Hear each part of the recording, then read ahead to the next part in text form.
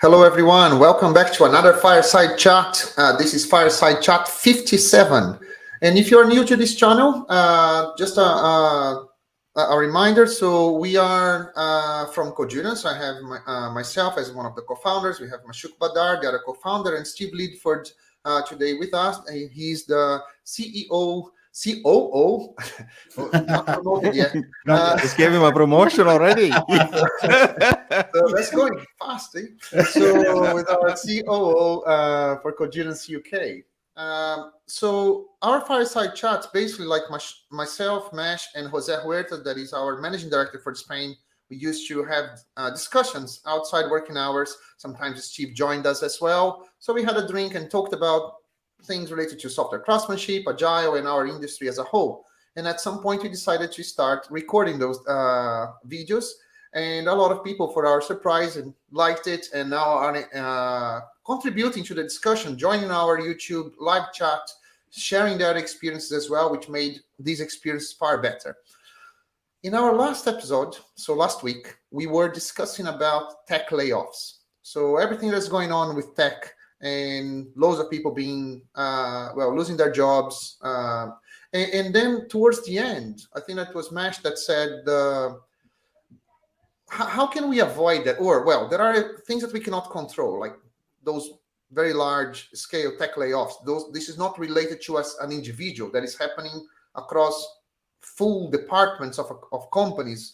So how can you as an individual protect a little bit yourself, or have almost like a plan B? Let's say if something goes wrong that is nothing to do with you, how can you minimize that impact that you have in your life? And then there was this idea of talking about future-proofing your career through networking. So Mesh, you mentioned that yesterday, or not yesterday, in our last episode. So what did you mean by future-proofing our career, and mainly regarding to networking? So actually, this whole thing came from a book that I've just recently read called Build by Tony Fadell. And he has half a chapter devoted to networking.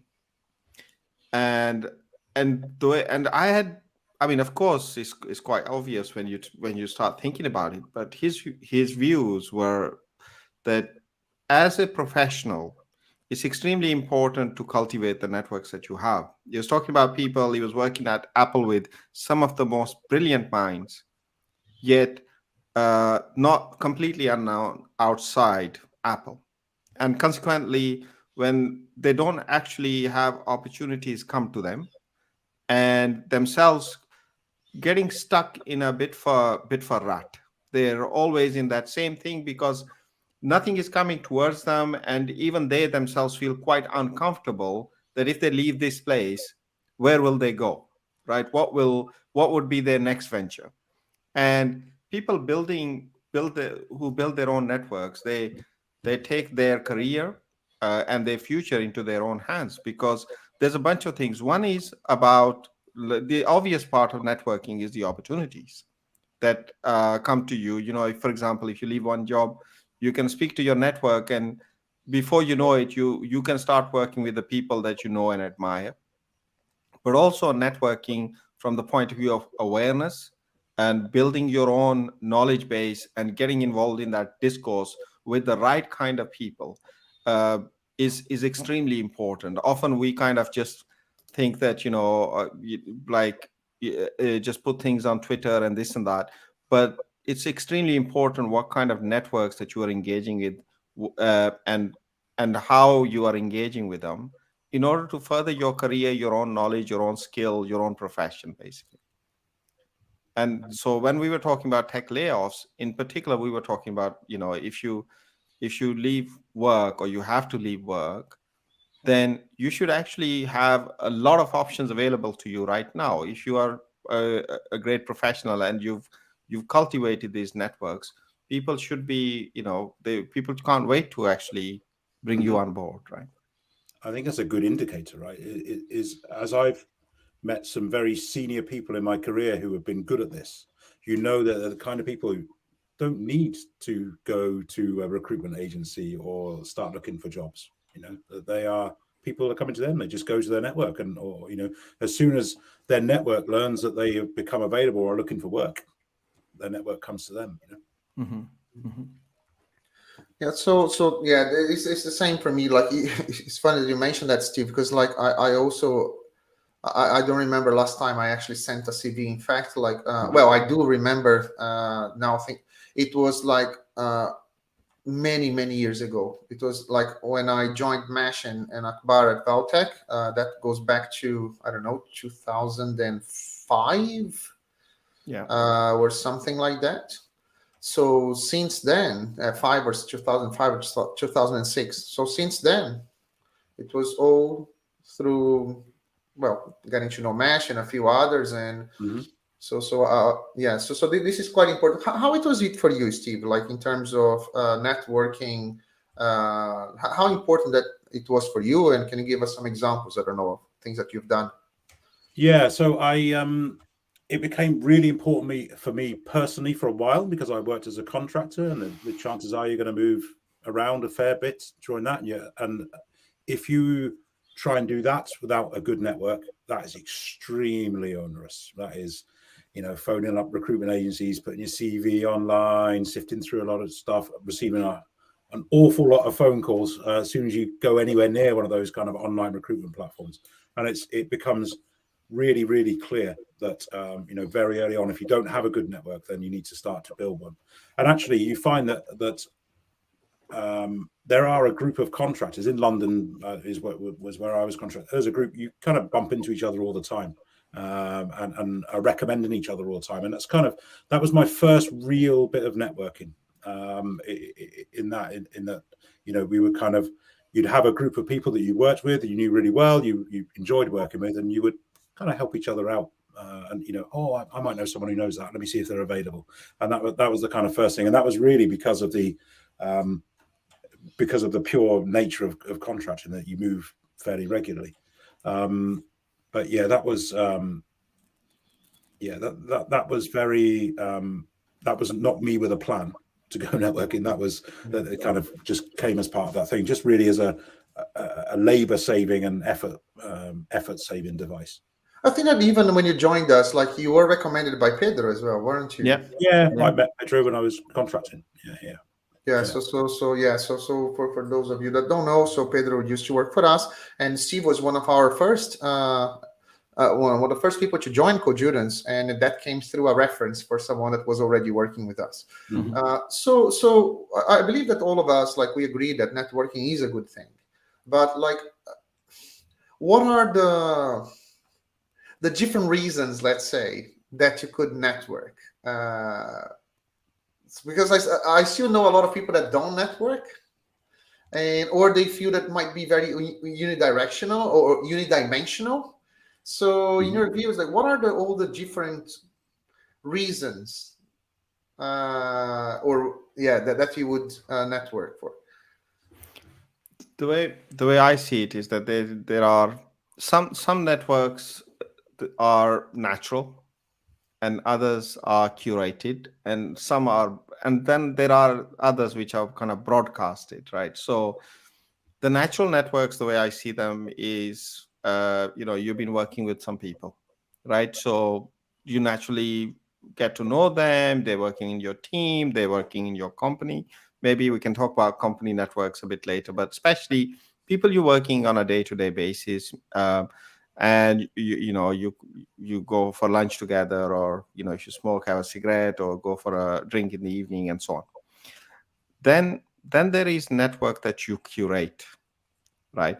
And I see some people doing that quite well, where they will, and we did that a lot more of when we were younger, Sandro. I mean, the London Software Craftsmanship community. I'm still young, Mesh, so yeah. We're exactly the same age, like, by the way, for those of you. I'll have you know, I am a bit younger than you are. Three months younger. Few months. But so we the London Java community, and then London Software Craftsmanship community, and they were brilliant places to curate networks. We went to these places because These were like-minded professionals, people that we wanted to talk with. We used to go to the XP Tuesdays as well, and a few other places, and this allowed us to meet fellow professionals. And that the reason there is to increase your knowledge and to engage in a debate and dialogue, to understand what's happening around you in the industry and get better. And I can say hands on heart that I am a better professional because of the London software craftsmanship community than I would ever have been. And maybe I would never have got to the place that I am if it wasn't for that. So that's how important a curated network is. And then there is a network which is kind of like broadcasted, X number of followers on Twitter. It's not really, it's kind of you broadcast, and even on LinkedIn and stuff on nowadays, a lot of LinkedIn is people but there's a lot of people there that you don't really know, right? And personally, and I think I should do that better, is that I don't really engage on, like, say, LinkedIn. And some people use that really well to their advantage, where they engage with the right people, right? So, and it takes a lot of energy, all these networks. And this is the thing, it takes effort, it takes energy, it takes time, and also it takes a certain kind of skill. So, for example, I'll speak for myself. I'm not a very good social media person at all. I don't have Facebook and other things, no, purely because I am one of those boring people that can't post anything. I just don't know how to, never done it, right? But some people really engage with other professionals on those kind of platforms as well and create their network. So that's how I would see that, there are these different types. So some you create, some come naturally, and others are a bit more less valuable per person, but quite broad, quite big. Yeah. So what you're saying is that you prefer to build your networks through smoking and drinking. Pretty much. There is so much truth into that, Steve. I am not even. You just, like, that is profound. That is profound. I should hire you as my therapist. Do you think that the kind of personal networks that you have, right, the natural networks, are more valuable or less valuable than the kind of social broadcast networks? I think that there are also different distinction in here, right? So, and this is not only the channel. For example, mentioned like a few things like social, Facebook or Twitter and stuff. So you can use exactly the same channel for different reasons, right? So, for example, there is one is true network, where you really engage with people. You engage in discussions, right? So, and that is a true network. You are debating ideas and stuff. You can argue that certain channels are better than others for certain subjects. And then there is the self-promotion, right? That you can still use, for example, Twitter. Twitter can be used to both. Can be used to network and exchange ideas with other people, and can be used to self-promotion. It can be, they're not mutually exclusive, right? So I personally like, I think that a bit of both is important, but I would favor more the networking side. The self-promotion is always a bit, I think that is important to some degree, but probably I'll come back to that self-promotion a bit later, because otherwise my thoughts will be too unstructured. I was like, well, you both know me very well, and I come from tech communities, right? One of the first things that I've done when I arrived in London in 2004 was to look for the local Java community. It was one of the first things I've done in my first week. In fact, I Googled, well, I don't know if we had Google back then, but I was searching for that already. We did Google. We did have Google. Yeah. So, but I was already looking for Java community. It was the first things I've done. And here there are, for me, for example, Mesh, you mentioned that it takes a lot of energy to network, and it does. It can be quite draining, and mainly depending on which personality type you have and stuff. But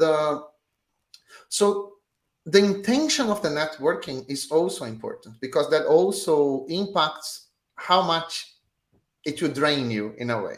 So, for example, when I chose to network with the Java community, when I arrived in the UK, I had different purposes. So I wanted, like, what I want to extract from it was, for example, I was brand new into it was a brand new country to me, new continent. I shared nothing with those people here.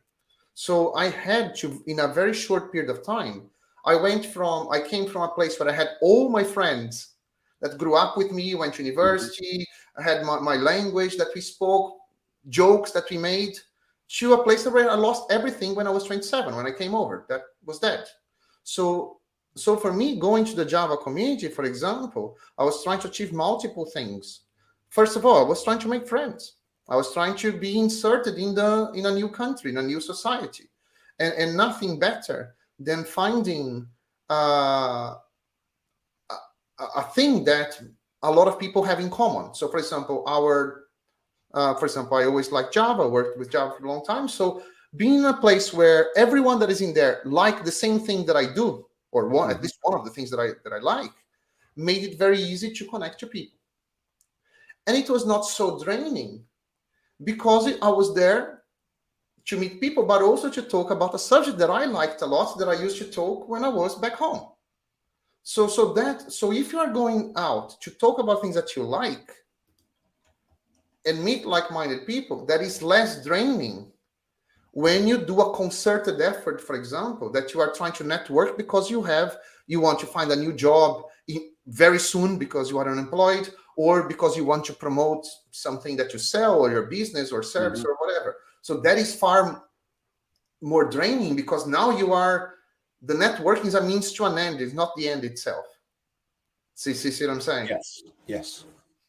And potentially under a tighter deadline as well, right? Mm-hmm. You know, when you were going there to kind of meet people and stuff, it just kind of organic, and you just kind of let it happen. And there was no real pressure to achieve something from the network. And you go back home, you feel that you had more often than not, you had a good night. You were out there, you met some people, you talk about things that you like, and some technology or whatever else that you might like. And even if nothing else happens, you had a nice night out, or the funny thing is, this reminds me, I recently read an article on Eon magazine. I talked to someone else about it recently, and it talked about needs. And in fact, this thing I go on about work-life harmony and not balance, because balance creates balance denotes opposite forces, whereas harmony is everything is kind of one. It's all life, really. And they describe it very well, because they talked about it exactly like that. They talked about it in terms of harmony, and there's many frameworks, and they use the framework called drama, which is it's like a known framework. It's detachment, relaxation, autonomy, meaning, and then mastery. Autonomy, mastery, meaning, which is purpose. And the A is actually, I forgot what it stands for, but it's about connections. It's about social connections, right? And if you think about the like the communities that we used to engage in, like especially when we were kind of at this attending and organizing and running the London Software Craftsmanship community, there was these 5 or 6 needs that we have, right? They were satisfying quite a few of them. They were meaning. There was this whole idea of a kind of social kind of interactions. That's a need that every human being has, right? And we are mastery, which is basically we are talking about getting better at our own career and what we do. So there are so many, like, of the 5 major needs that are recognized to be our kind of drivers, it was satisfying like 3 or 4 of them in one place. And that's important, and it just goes to show, as you said, when you engage with your network in that way, where it's actually relaxing, because you don't have any there's no exterior motive. The motive is intrinsic. You're having this social interaction that you're enjoying. You're in a nice place. You're in like-minded people, and you're learning, and you're honing your craft, your knowledge. So it's good in so many ways. But the end result's the same, right? So although it's been less effort, really hasn't felt like a chore at all. The end result's the same. You've got a great network of people that you can go to, that you can ask for advice or, just whenever you need to kind of lean on them. The funny thing is, this is like, if you read certain biographies, it's like these, some of the most kind of key people in history, they were natural networkers. And this whole idea of like-minded people coming together has been around for centuries. There were coffee houses in London like 2 centuries ago, which were created for exactly those kind of things. I think, Sandro, I was telling you about Benjamin Franklin's biography. He was sent to London to do. I think the first time he came, there was to be an ambassador for the burgeoning kind of U.S. states and their decision makers. And the first thing that he did was visited the coffee houses, because that's where he could start connecting with people. He could start engaging, and he was a scientist as well, and inventor and so on. So it's where he could start connecting and engaging and start building his networks so that he could actually have an impact on what he wanted to do. And this is the thing that a lot of people, that key people in the world, they do, like the ones that you really are the movers and shakers. No one can do it on their own. They have to create these strong networks around them to help them actually achieve the things that they want to achieve. When I wrote my book, there was in one of the areas where I was talking about careers, and because I was always saying that ideally, like, you have a direction, you have I was very diligent with my career, and so I always have an idea where I wanted to be and what I wanted to do and how I would trace those steps. And of course, not everything happened according to what I wanted. I had to adapt multiple times, right? So there are many things that I could not control, but I always had this is where I would like to go. Okay, maybe I should do this first, and so on. But there were a few times where I didn't know what to do. I didn't know exactly what I wanted or where I would go from where I was and stuff. And I write that. So look, when you are in that place, the best thing that you can do, open yourself up to possibilities, right? So, and one way of doing that is just go out and start speaking to people, but with no immediate agenda. Just start sitting down and talking to people and meeting new people, putting yourself in different positions.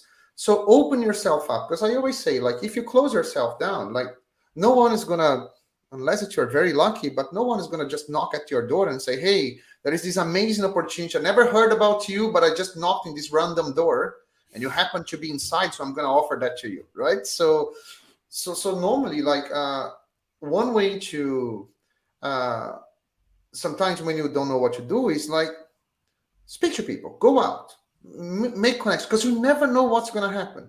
But it's always better. And this is what I think that Kevin was saying on the YouTube live chat. There is maintaining that network. And maintaining the network is important, but it cannot be onerous. Because if you are doing that because you always have an agenda, and if that agenda is you need an immediate result, that will be very taxing.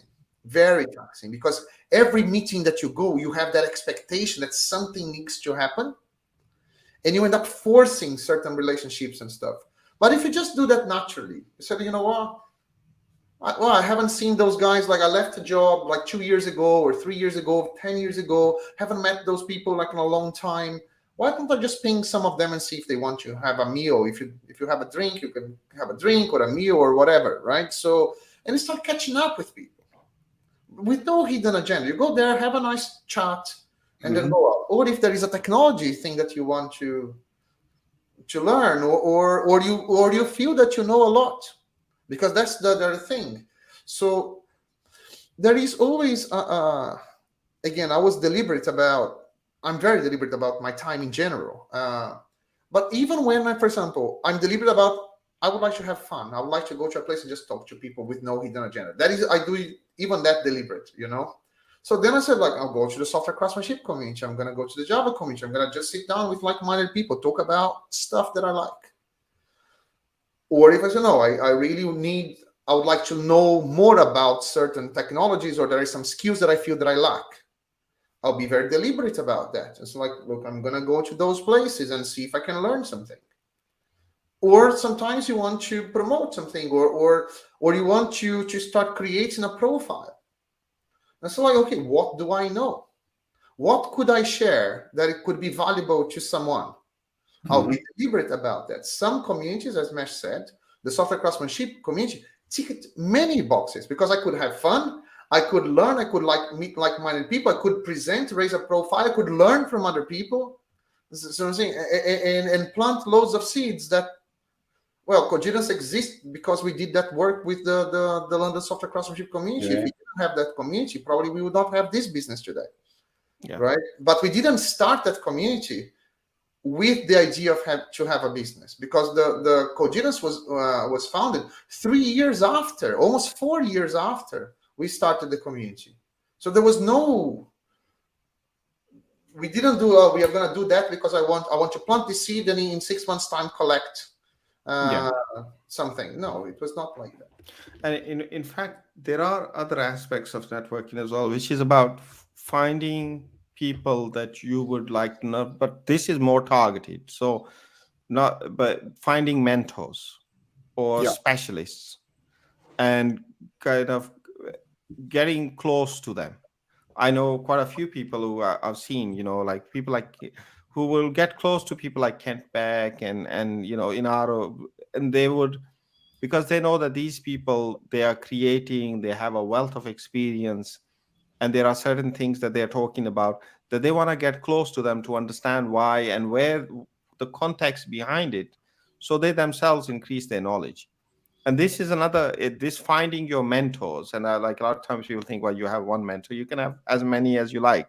And finding these kind of mentors, really looking at who's saying what, and seeing what you want to learn, and who's really thinking deeply around this and creating knowledge around this, and kind of getting close to them, and even asking them to, getting close to them to the point where you are known to them, or even that you become their friend.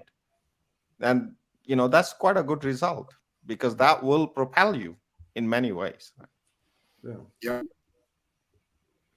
Yeah. So I think we talked a lot about the kind of community aspect of the networking, but I think there's also networking that you should do perhaps inside the company that you work now, right? I think this is for perhaps a slightly different reason. It's great to have those people, the people that you work with now. I think back to the people that I worked with 5-10 years into my career, who are now CEOs, CTOs, COOs, etc. So that they'll grow as well, right? But I still stay in touch, and that's great. Again, a completely unplanned thing. I certainly wasn't thinking that, right?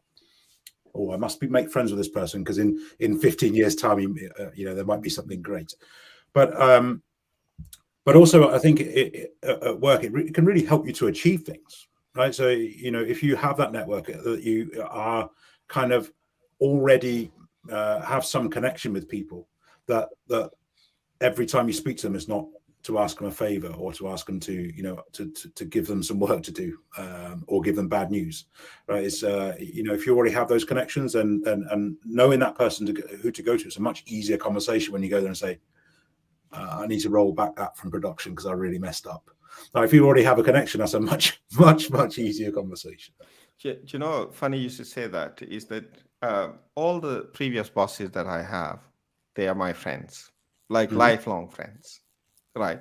And it's it's actually extremely important that the people that you work with, your team, and especially the people that you work for, that you cultivate friendships. Just like you said, as soon as you take the relationship away from that kind of line management or very business focused, and you take it towards a more social focused, your the business focused relationship part becomes richer, it becomes better, it becomes more understanding. So that when you are bringing an idea to your boss, you're not bringing it just to your boss, you're bringing it to your friend, and there Mhm. is a trust within it as well. And they would be more and even when you need people, as you said, that you need people to listen to you, to give you some room, that your idea is not well formed, or what you're trying to do is not exactly of benefit to them, or doesn't have a direct kind of benefit, but you can ask people to give you that room so that you can try those things, or you can take some time, or all these things. Once you have that and a better relationship with your colleagues, with your bosses, with whoever you're working with within your working environment, it actually makes all these things very easy. And then the opportunities is the other side of things, right? Because they know you much better, they understand when different opportunities arise. Like, we only remember like 7 or 8 things on the top of our head, and if you're one of those people that comes to their mind when they have an opportunity, it's better to be there. And I Mhm. then and of course, one can say, well, it should be merit of work and everything, and of course it should be. But we're all humans, everyone is a human being, doesn't matter which position role they're performing. And when they have a good, nice network, good friendship with people, of course they're gonna prioritize those people, well, whether they do it consciously or unconsciously. People want to work with people. They want Yeah. to they buy from people. They sell to people, right? So, and the work network is the easiest one potentially to maintain. Mhm. Mainly for us, that like I was thinking, I was talking to my wife the other day. Um, when we were growing up, like for example, we have our friends from school, right? So those people stay with us. A lot of our friends stay with us for year after year, right? So um, and then there are maybe some clubs that we do. Some people play football, or they do drama, or whatever they do. They go to some classes and every week or whatever. So they make friends in there as well. As we are growing, and then we go to university and so on. But as you grow up, you lose that. So then, like, the only, for example, place that you spend time now is your work, right? So you stayed with those people for a few years on a daily basis, and so we don't meet people at our age. For example, it's not so easy for us to meet people outside work anymore, Mhm. right? So then, and networking within the work is quite easy to do, you know. Yeah. Sometimes you just say, for example, before, well, now companies are going back to normal, so meeting in person is easy, but you don't even need to meet in person. Sometimes just like, hey, do you have half an hour, like we used to do exactly these fireside chats before. Like, it was normally around 6 o'clock. Mhm. Match, myself or Jose, one of us would ping each other, like we used to do, Steve, even with yourself as well, Yeah. like when we were in the office, right? Yeah. Remember that, like, do you want to, hey, wants to stay around for another drink or so? And then just say, hey, just have a chat for half an hour and then we go home. So this is very easy to do, even online, right? So I think that this is, people should be more deliberate to do that, you know. It I, doesn't cost much. I think with the online, this is one thing actually. Remember, we said that we miss that with our clients, is that we when we used to be at our clients, or we do the consultancy sessions with our clients, normally you do quite a bit of network building. Yeah. uh, in the morning, maybe you go there and you have breakfast together, you go for lunch and go, like, remember in Spain we often used to go for a walk with our clients Yeah. straight after lunch, because it's a thing that they do. Like, it's quite a good thing that go for a little walk after lunch and just have a very informal chat, and in between sessions and so on, that network building, that we miss now in the kind of the online world, because it's just like have a meeting, get straight to business, and you finish, and then you log off, right? So it's even more important to kind of warm up those networks as you go along. So what else? So we've been talking about, I think that the things that we talked about are things that probably, I believe that many people will agree. So network, maybe some finding some groups outside working hours, like for example, like the meetups and stuff. But what else? What else is in there that I now trying to be a bit more deliberate? You know, like because I think that is important. So that is the you feeling good, meeting people, but this is like enjoying yourself. That's, I think that, Mesh, I like how you put the what's the word that you use? Is not holistic. Harmony. So a more harmonious way to make your social aspect, your private life, if you like with work, everything just one. So finding things that you like and people that like those things, like-minded people, makes it very easy to make it harmonious, right? But then there is the ones that you do more deliberate. So look, I have a business to run, or I think that is important that I know this kind of people, or maybe I'll be looking for a job in the future or stuff. So, or I want to raise my profile. So what would be the other options in your view? To build that network. Yeah. So I think to make sure that you do a future-proof career, let's say, as the topic of the episode. So I think that just quickly on the communities, I think that there are a whole bunch of communities that you can select carefully from to go and attend, right? So it doesn't necessarily need to be about the programming language that you use or the agile methodology that you use. There's an awful lot of leadership communities, kind of management communities. Look for places with impressive speakers. It's quite normal when you go and give a talk somewhere to kind of hang around for a little bit and chat to the people that are in the audience. So you can be very, very targeted. You don't need to necessarily be a full-time member of those communities. You can turn up for a talk or for a conference and target that. So that's one way, but I think it is about that being a little bit more targeted. Perhaps it's somebody in an industry that you'd like to kind of consider in the future, or somebody who is kind of a few rungs up the ladder from you right now, and that you might learn something from. So yeah, I think it is important to have that targeted approach for sure. And there's certainly some people in my network, or people that I've spotted at clients that are very impressive, or people that you spot in your own company that are very impressive. You go, oh, I should make a connection with this person. They seem like what's Daniel Priestley's thing, a key person of influence, right? So that they seem like someone who perhaps the relationship's going to be one way for a little while, right? They've got things that I can learn from them, but eventually that flips. It becomes a little bit more balanced.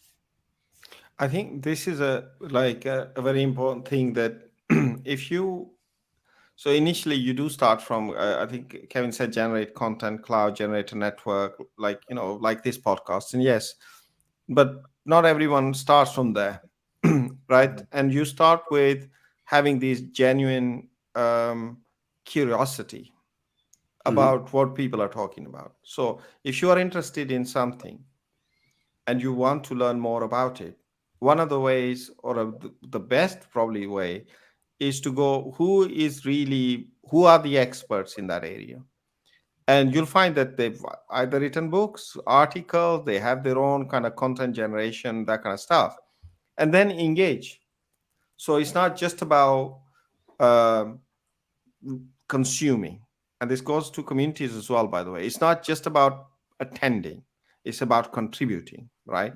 So with these authors and so on, many a times I've read directly from these authors in their biographies and so on, that you'd be surprised how much time they have for someone who asks a genuine question. For sure. They've read a book, you've read their book, and you have a very Well, not a question related to, oh, I want to network with this person and I want their, mention from them. No, from the point of view of, I'd like to know more about this area, or actually this area maybe was not clear, or maybe I have a, a supporting experience. Or you don't have to disagree with people. You just have to, suppose, say like, oh yeah, I have exactly this kind of problem that you're talking about, and it's so good to hear about it. And we have kind of like slightly different, and I want to, from genuine curiosity, is your problem really related to the one they're discussing, and would that kind of solution, and you engage in that kind of conversation, they will engage back with you because they've written a book, or they, they're an expert, and someone wants asking them about the subject that they love. Of course they're going to reply to you, right? I had Sorry, go no, on. no, sorry, no, sorry, Mesh. I thought you were done. No, I was saying, they're going to say that even if they don't the first time, they might be busy and they might have similar things, but keep at it. The people, at the very least, they will appreciate it if they don't reply. Yeah, because what I would say is that I had this experience on both sides. Yeah. So what you were saying, Steve, for example, one thing that I always found very important is, and I mentioned even that, Mesh, in previous episodes as well, about leadership and management and stuff. So there are many of us, we would like to be part of certain groups, right? So, and quite often we would like to be part of a group so that we can learn from that group. And this is a very genuine thing to have. Like, yeah, of course. Like, I would love. There are many people in the industry that I admire. I read their work, and I would love, and even like in companies, people that build some very interesting companies, that I would love to absorb what they could share with me. But this is also quite a selfish thinking, right? So I want someone else's time to teach me. So although I had and still have that selfish thinking, there are loads of people that I would like, if I could get a chunk of their time, I would be very grateful.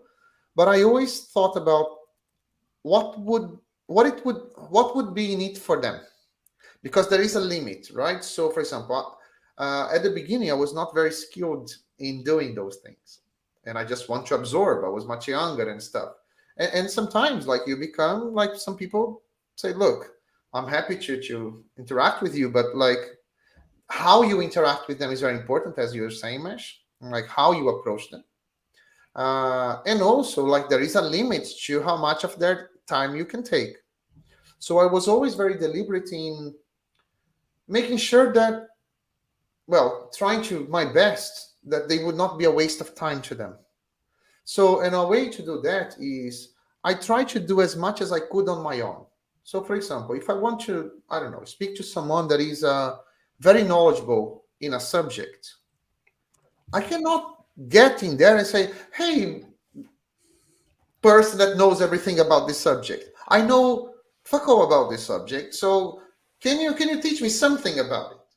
So you see what I'm saying? The distance between you and this person is way too large.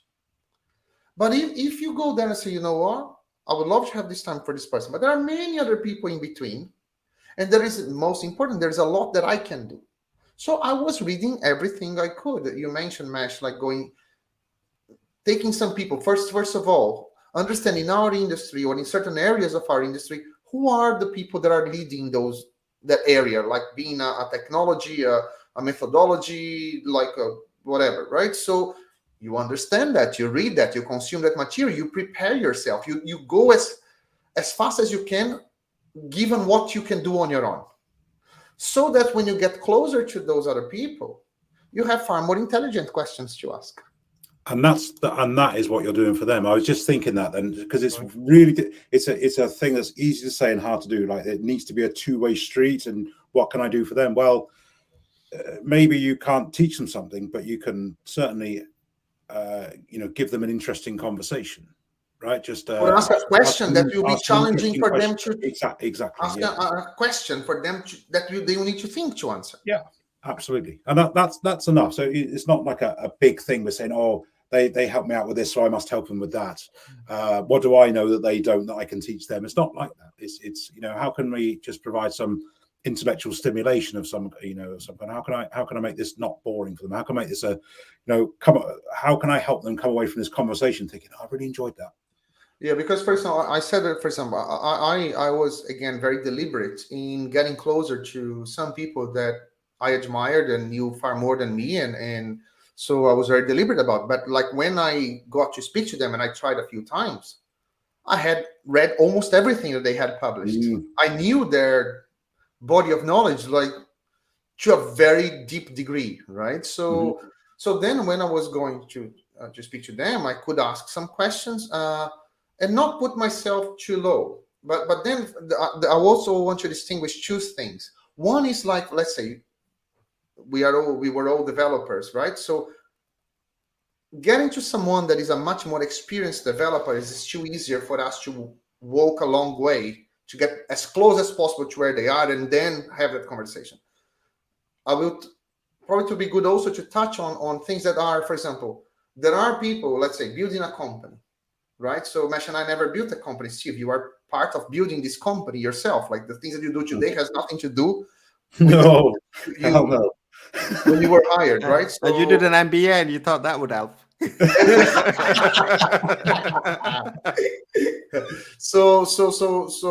I'll talk about that in a sec. So, but I was on the opposite side as well. For example, every now and again, I get people that through different means, mainly LinkedIn, I got a lot of requests.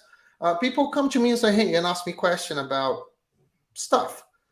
And I have something for some. Some people came to me and say, hey, I have this open source project that has shit tons of code on GitHub.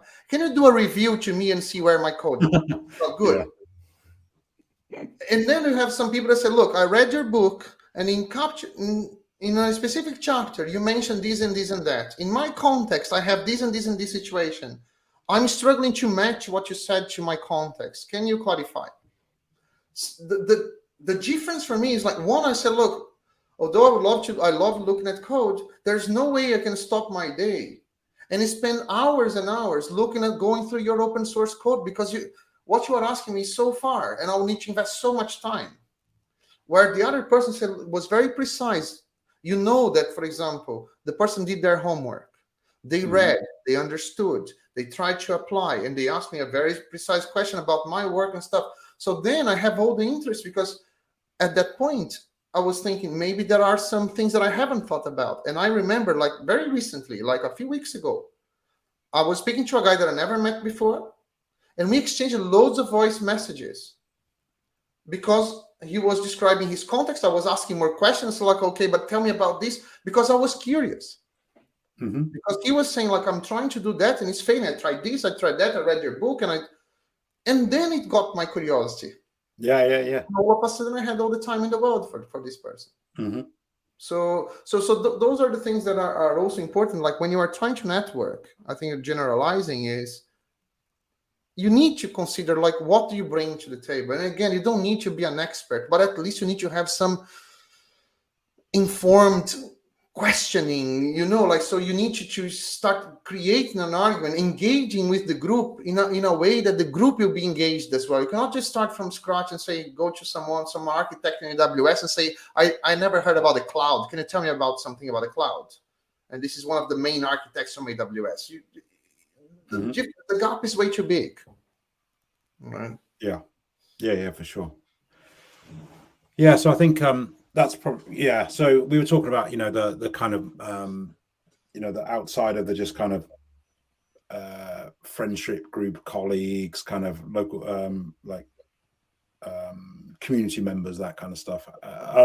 So how do you find people? How do you approach them? If you see somebody at a conference or you find somebody online, how would you go about just making that initial contact? That's something that's very difficult. That's not. I am always half jealous, half annoyed by people, and it's only because I can't do it. It's when you go to a conference and someone's done a good talk, and then suddenly there's 2-3 people, and one or two of them, like, they go there and ask very intelligent questions, And you're like, why can't I do that? I used to have that same problem at university, with professors. Like, there's always be like 2 or 3 that would go straight to the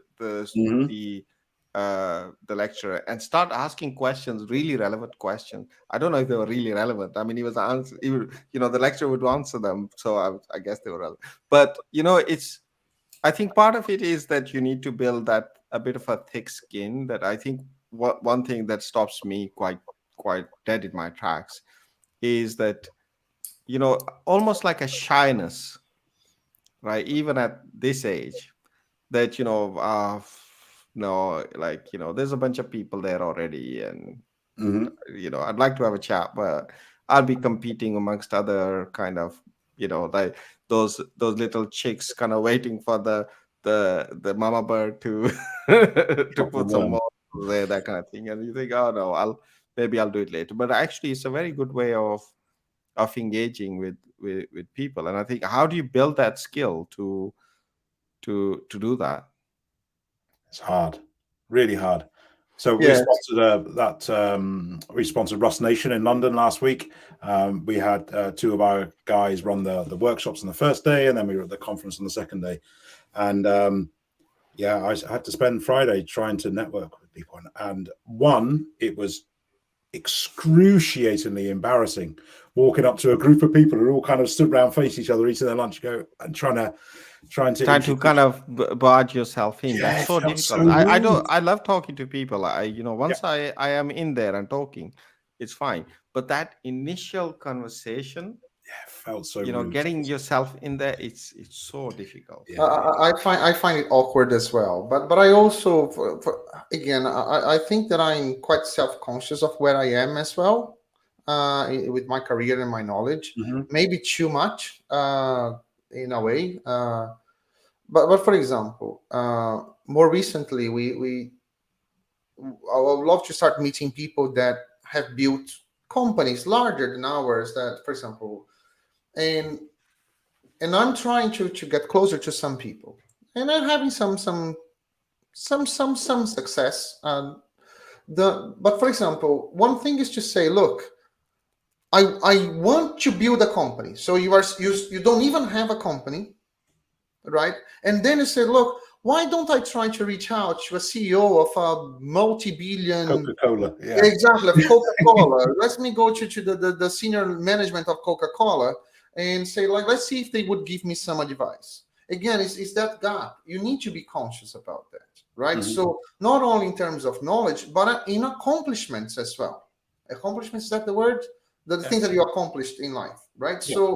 So then for you, so for example, sometimes like you would like to have a company. Well, don't aim for the CEO of Coca-Cola, right? So maybe there are some local entrepreneurs in the local community of startups and stuff, people that are a bit ahead of you.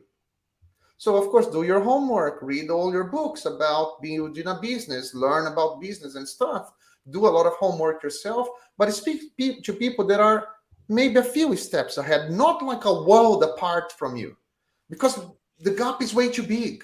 And honestly, I think the advice that you get from someone a couple of steps above you is probably going to be far better, certainly more current and better than somebody who is a million miles ahead of you. Because they probably don't remember. They probably don't exactly. So some of them didn't even go through the steps that you went through, because they might have gone to some of the positions way later, when the company was already bigger and they were hired already in a much larger organization. They didn't start from scratch. They didn't build it. Yeah. Exactly. So and this is I think that is also important. Like for example, for me it was easier to connect to some people according to where I was. For example, I can make connections today that it would be almost impossible for me to make when I arrived in London almost 20 years ago. Right. So and I think that, and it would be the wrong thing. It would just create frustration for me. But also, like what I did, I connected to the Java community, to the craftsmanship community. And then you start building your career, you're building yourself, and you are always networking with people that are a few steps away from you, not too far. that will be easier. And those people probably will be more inclined to help you as well, because they just went through what you were going through. And they also get something from you as well, right? Because you're not too far, and it's good to bounce ideas and good to talk for them as well. It's valuable. Mm-hmm. Yeah. So it's. I think that unless you are a very special type of person who probably works in sales, I think it's safe to say everybody finds it awkward. Nobody, or a vast majority at least find it awkward to go and start those conversations. And I think that if you're going to do that, it requires a lot of effort from you. So be deliberate about that as well. And this also like brings to some of the topics that we mentioned earlier on about is there like an etiquette as well? Like, for example, is there some skills that you need to have in order to do that? How do you position, as you said, Mesh? Like, how do you even start? And for me, there are some ground rules, right? Mm-hmm. So, and we touched upon the difference between networking and personal marketing as well. Yeah. So I think that is worth exploring. I think that an element of personal marketing is important. We just need to be very careful, because there is a very thin line in there. You cannot sell a product that is not good, right? Similar to, for example, you cannot market a product that is rubbish. And that includes you as a professional, right? You cannot say, like, I am this and I happen and I do this and I did that, when you didn't, when you don't have that expertise. So you need to be careful. Like, marketing doesn't mean to be bullshitting people, Mm-hmm. right? So it's more like about, like, hey, this is what I'm doing now. Hey, I'm working on this project, or I know this kind of stuff. I'm networking somewhere else, or so people start having an idea of who you are. You're not bullshitting them. You're not saying that you do more than you do. And that message, you also need to be very realistic to yourself. For example, I remember in the early days, for example, when I was writing a lot of blogs or creating screencasts and stuff like that, I was not doing that because I thought that one of the biggest leaders in our industry would read that. I was just happy that the next layer, the people that were around me, maybe like some above me, some that were, how can I say, some of the people that I was ahead of in our, for example, they were behind me in their careers, they would benefit from my content. And maybe some of them that were a little bit ahead of me would find interesting enough to have that debate. Yeah. Right. So, but there was an element every time you do you write a blog, or you record a screencast, or you give a small presentation on a tech community. That is an element of pushing yourself out there. You are creating a profile. I was just very, how can I say, aware that I'm doing that within circles. And not aiming to become like a celebrity, because that's not going to happen. If you have nothing, you had to develop your career, and more you are learning, and more you have what to offer. Yeah. Right. And in the same way, your network in a way should reflect your career, where you are and where you want to be as your next step, and maybe a few steps further, but not try to leap too far ahead, because that those networks, even if you manage to connect, you will not be able to maintain. I think goes back to that. So it should kind of, your network should reflect where you are and where you want to be in the fairly near future, but also the kind of people that you aspire to, right? But as you said, they are, the conversation that you have with them, be mindful of their time and respectful, and observe and ask questions which are genuinely curious and not related to, oh, I want to get a word in there. That kind of exactly. Oh, yeah. Exactly. So there is an etiquette. There are a few exceptions to this rule that we've been discussing, because, like, I believe that what we've been discussing is about people that are maybe in the same career path that we are, but they are just ahead of us. Yeah. I think that most of the discussion was about that.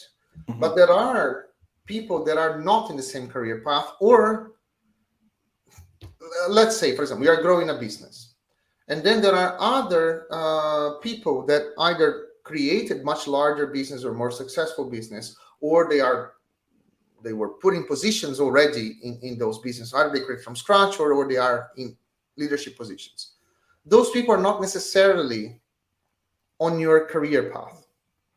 But you, for example, concrete examples, like we have been trying to meet people that are in positions, similar positions like we are, but in much larger organizations.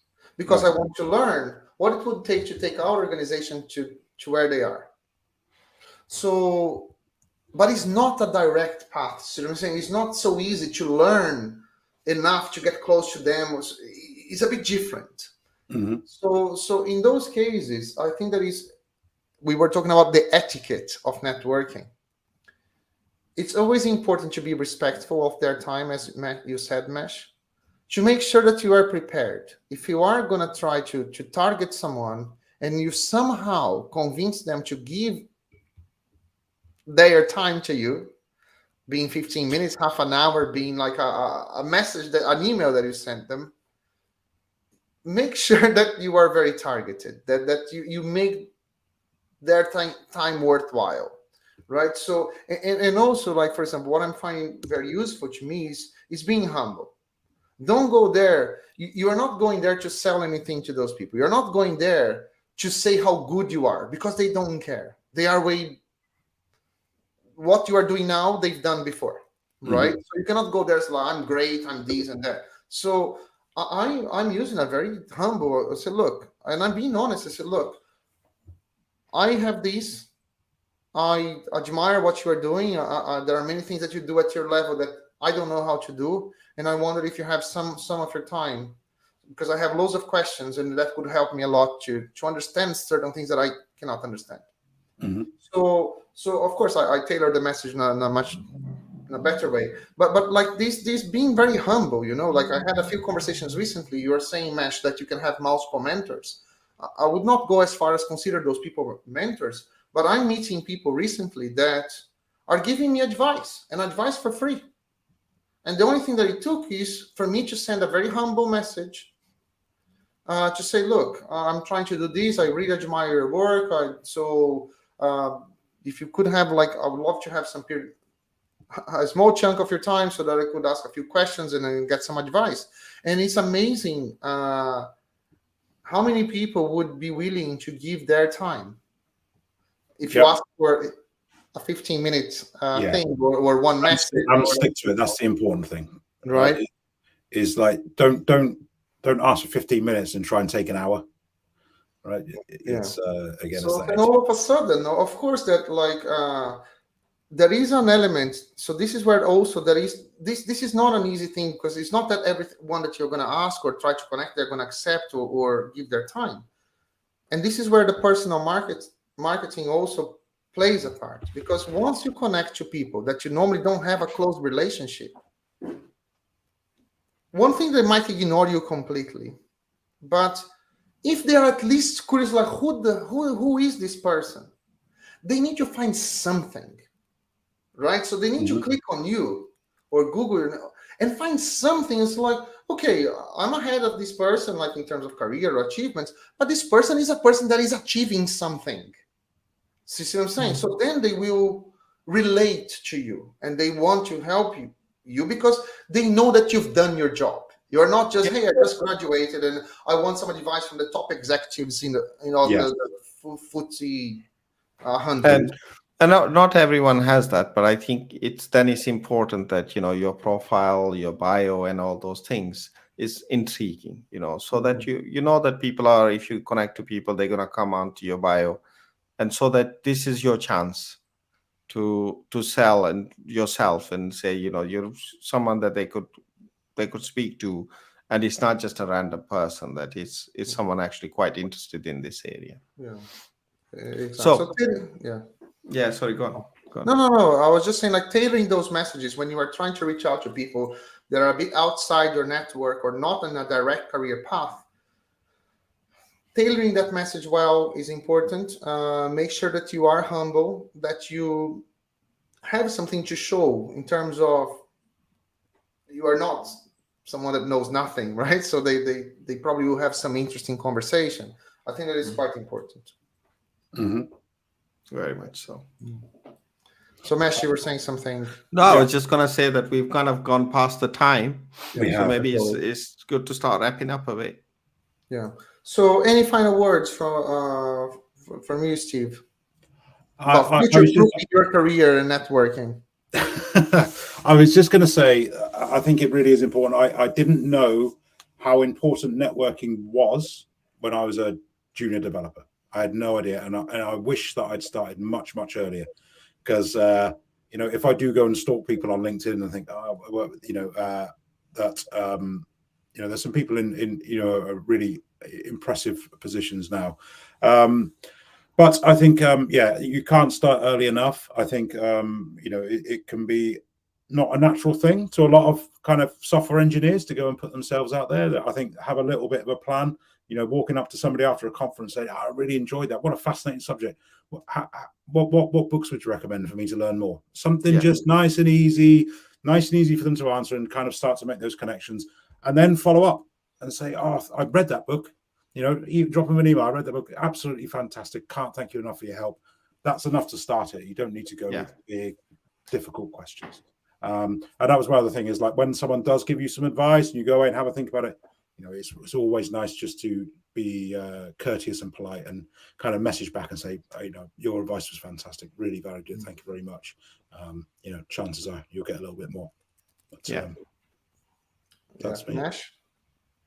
Yeah, to some extent, I'd echo what Steve said. It's actually a very important thing to build your network, especially at the very least within your work, right? Don't just especially in this remote world now, where you can just go there and pick up the next ticket and maybe talk to one person and so on, and then have this kind of very transactional relationship with your team and your other parts of the business and so on. Like build friendships, because that's what we are talking about, right? At the end of the day, they are friendships and acquaintances. That's what you're building. That's what networks means, right? So build those friendships. Start with your work, start where you work, start with your team, and then expand out to your work, expand out into your community, your local area, in person, online, and then expand out to your industry and other things that actually interest you. We're talking about work related stuff, but also about your hobbies, things that really matter to you. There are a lot of things that you can be networking in. I know one of a friend of mine, he gets a bunch of people around every morning, once a week, for a little breakfast from his neighborhood, just to network with them, right, and talk about stuff that they're interested in. And they are from so many different professions, and they all talk about what's important to them and somehow find that common interest between them. Again, it's friendships, it's networks. It's funny you said that, Mesh, because for example, when we moved to this neighborhood 8 years ago, my wife did exactly that with the moms from school. So we were taking our kids to school all the time, and we were new in the neighborhood. We knew no one here, and she was very deliberate. So, look, I want to meet the other moms. And they created a WhatsApp group and said, hey, we're going to have a coffee or stuff and blah, blah. And all of a sudden, she built a very good network within our neighborhood, right? So around kids going to school, but it could be any other thing that people like and stuff. So for me, it's the same. There is a difference between, it's always easier, being networking with not a big agenda in mind. It's just like finding like-minded people, maybe work-related or not, and just having fun. And in this case, as Kevin, I think, was saying in the chat, you are building a network, but you are also maintaining, because maintaining is easy, because it's a pleasure for you to meet those people and go to those places because you're talking about stuff you like. And then there is something that is a little bit more deliberate, that you have an agenda in mind, but this one you also need to be, is much harder, is more taxing, is a bigger effort, because you normally want to get something out of it somehow. And in those cases, you need to make sure that you have something to offer, that you don't reach too far out from where you are. You need to have a very good sense of awareness of where you sit and where other people that you are trying to meet sit. And if that gap is way too big, try to reduce and meet people that are a bit closer to where you are. And then wait year after year, as you are growing your career, your business, you venture out. So an element of personal marketing is important, because sometimes we have amazing professionals that are doing amazing things, but no one knows about. And if you try to reach out to someone, imagine like a stranger comes to you and sends you a message out of the blue. You cannot find this person anywhere. It's a ghost. This person can be the most amazing professional ever. But because you don't know the person and you cannot find anything, that's alone. You don't find a blog, you don't find message on LinkedIn, you don't find anything. You go to LinkedIn, either this person doesn't exist or has just the normal the default icon. So there's not even a photo. So like there's no way you're gonna accept that message. No. Right. So you need Kevin says that there, right there. It's an important issue, networking, because without a network, it's as if you don't exist. Yeah, exactly. So then if you want to be more deliberate and you are chasing certain outcomes, you need to work for it. You need to build a profile. You need to have something to offer. You need to insert yourself into places where you increase the chances of people speaking to you. They need to understand, why would they speak to you? This is a question that you should always ask yourself. Why would people speak to me? Why would people want to speak to me? And you need to be honest to yourself when you answer that question. All right? Yeah. Cool, excellent. Okay, so thank you very much for everyone that is in here. As always, if you like this conversation, make sure to subscribe to the channel, hit the like button, so it helps to spread the message to other people. And I see you next time. Thanks, everyone. Thank you. Cheers. Bye-bye.